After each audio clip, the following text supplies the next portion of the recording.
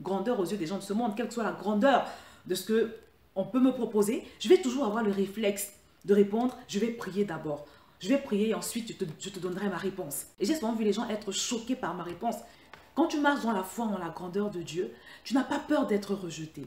Il n'y a rien qui t'impressionne. Parce que simplement, tu as découvert que la présence de Dieu vaut mieux que toutes les autres choses.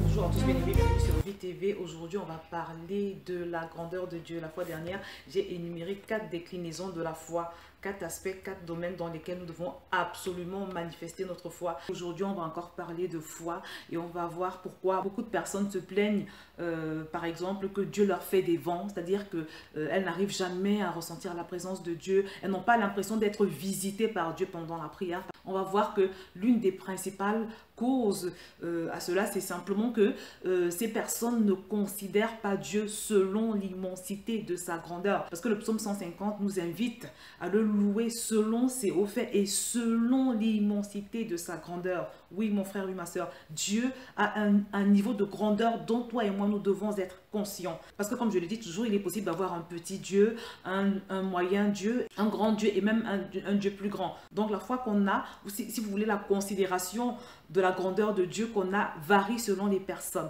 Mais tu vas te rendre compte dans les minutes qui suivent que les personnes qui ont un grand Dieu sont également celles qui ont une grande vie. Tu vas te rendre compte que des personnes, les plus grands hommes de Dieu dans la Bible comme Moïse, Abraham, sont des hommes qui ont eu un grand Dieu en fait, qui ont marché avec Dieu. Dieu représente tout ce qui existe de plus glorieux, de plus élevé.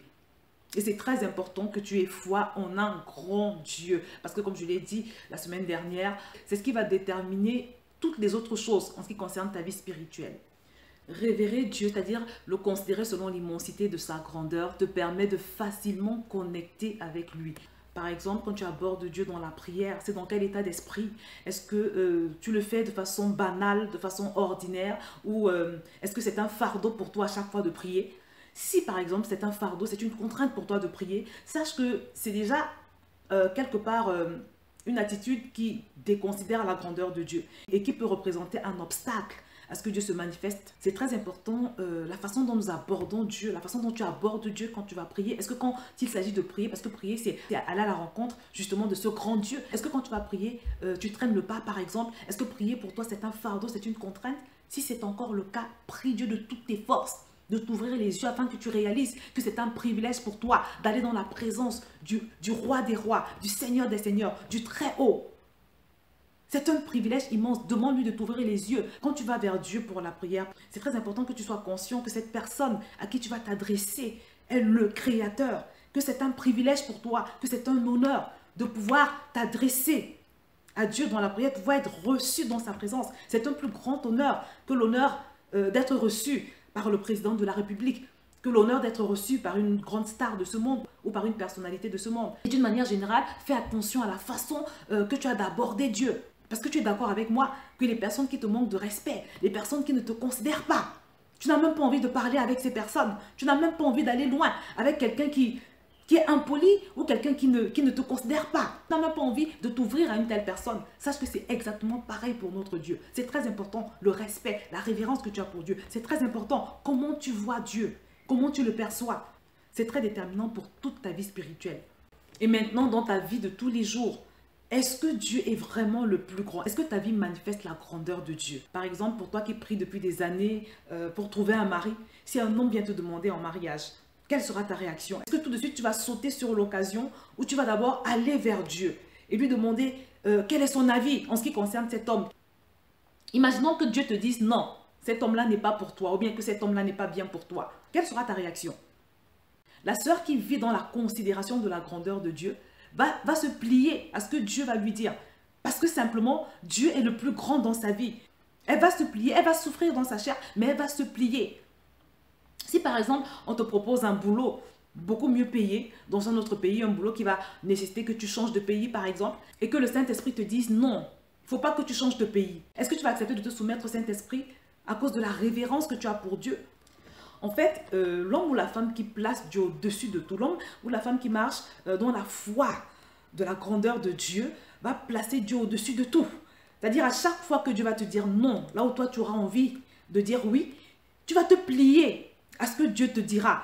Parce que tu le mets au-dessus de tout. Parce que tu le vois très grand. Tu vas croire que si Dieu te dit non, c'est que forcément, il ne faut pas que tu y ailles. En ce qui me concerne personnellement, et c'est une confidence que je vous fais, les gens me trouvent souvent bizarre. Ils me trouvent bizarre parce que plusieurs fois, que ce soit dans le domaine professionnel, même à l'église ou même des proches, m'ont fait des propositions. Vous savez, quand les gens viennent vers vous avec une proposition qu'ils considèrent comme étant une grande proposition, et qu'au lieu de sauter sur la proposition qu'on vous fait, vous réagissez en répondant que vous allez réfléchir. C'est en général ce qui se passe avec moi. Quelle que soit la beauté ou la grandeur de ce qu'on peut me proposer, grandeur aux yeux des gens de ce monde, quelle que soit la grandeur de ce qu'on peut me proposer, je vais toujours avoir le réflexe de répondre, je vais prier d'abord. Je vais prier et ensuite je te donnerai ma réponse. Et j'ai souvent vu les gens être choqués par ma réponse. Choqués parce que les personnes te disent, mais comment on peut lui faire une proposition aussi belle, une proposition aussi grande? Et elle dit qu'elle va prier. En ce qui me concerne, la notion de grandeur n'est pas la même que pour la plupart des personnes. Parce que pour moi, une chose n'est grande et extraordinaire que si et seulement si Dieu la valide. Tant que Dieu n'a pas validé, tant que le Saint-Esprit ne m'a pas donné son OK, je ne peux pas considérer que cette chose que tu me proposes est grande. Je ne peux malheureusement pas considérer que cette chose que tu me proposes est extraordinaire. Donc, c'est à cause de ça que souvent les gens me trouvent bizarre. Même mon mari, parfois il me propose des choses super gentilles. Pour un mari, je le reconnais. Il va me proposer un voyage, par exemple, rien que nous deux. Et je vais lui dire, je vais prier d'abord. Parfois, c'est dans l'église, on m'a proposé de faire des choses super intéressantes. Et j'ai répondu, je vais prier d'abord. Dans la famille aussi, parfois, on me fait des propositions. Et à chaque fois, mon réflexe est de répondre que je vais prier d'abord. Parce qu'avec l'expérience que j'ai dans la foi, je vous assure, mes bien-aimés, la parole de Dieu nous dit que telle voie paraît droite et juste à un homme, mais son issue, c'est la mort. C'est-à-dire que parfois, une chose a l'air magnifique à tes yeux. Il y a des propositions pour lesquelles la plupart des personnes se jetteraient dessus. Sauf que la proposition en question n'est pas bonne pour toi. Et ça, il n'y a que Dieu pour le savoir. Donc moi, je suis arrivée dans cette dimension. C'est pour t'expliquer, c'est pour te dire, mon frère, ma soeur, que marcher dans la foi de la grandeur de Dieu consiste beaucoup à élever Dieu au-dessus de tout ce qui peut être proposé ici-bas, de tout ce que tu peux avoir à ta disposition, de toutes les personnes extraordinaires que tu peux avoir à ta disposition, ou de toutes les choses extraordinaires, ou encore des opportunités extraordinaires que tu peux avoir. Je vous l'ai dit au début de cette vidéo, les grands hommes de la Bible, ceux dont on cite les noms aujourd'hui, sont ceux-là qui ont marché avec Dieu. L'homme ou la femme qui a la foi dans la grandeur de Dieu, marche avec Dieu. Marcher avec Dieu, c'est simplement dépendre de lui, vivre dans la dépendance de Dieu. Marcher dans la foi de la grandeur de Dieu, le considérer selon l'immensité de sa grandeur, c'est d'abord et avant tout un style de vie. Donc, considérer Dieu selon l'immensité de sa grandeur, c'est pas juste des paroles comme ça, mais c'est un style de vie. C'est un style de vie dans lequel tu élèves constamment Dieu au-dessus de tout et de tous. Quand toute autre chose, à part Dieu, à part le désir de Dieu, à part des choses qui font plaisir à Dieu, quand toutes ces choses deviennent petites à tes yeux, à ce moment, tu peux considérer que tu as découvert la grandeur de Dieu. Quand tu marches dans la foi en la grandeur de Dieu, tu n'as pas peur d'être rejeté. Il n'y a rien qui t'impressionne. Parce que simplement, tu as découvert que la présence de Dieu vaut mieux que toutes les autres choses. Dans tous les cas, en ce qui me concerne, mon expérience personnelle, en ce qui concerne la foi, cette foi dans l'immensité de la grandeur de Dieu, me permet aujourd'hui d'être une personne qui ne négocie pas avec le péché. D'être une personne qui ne fait pas de compromis.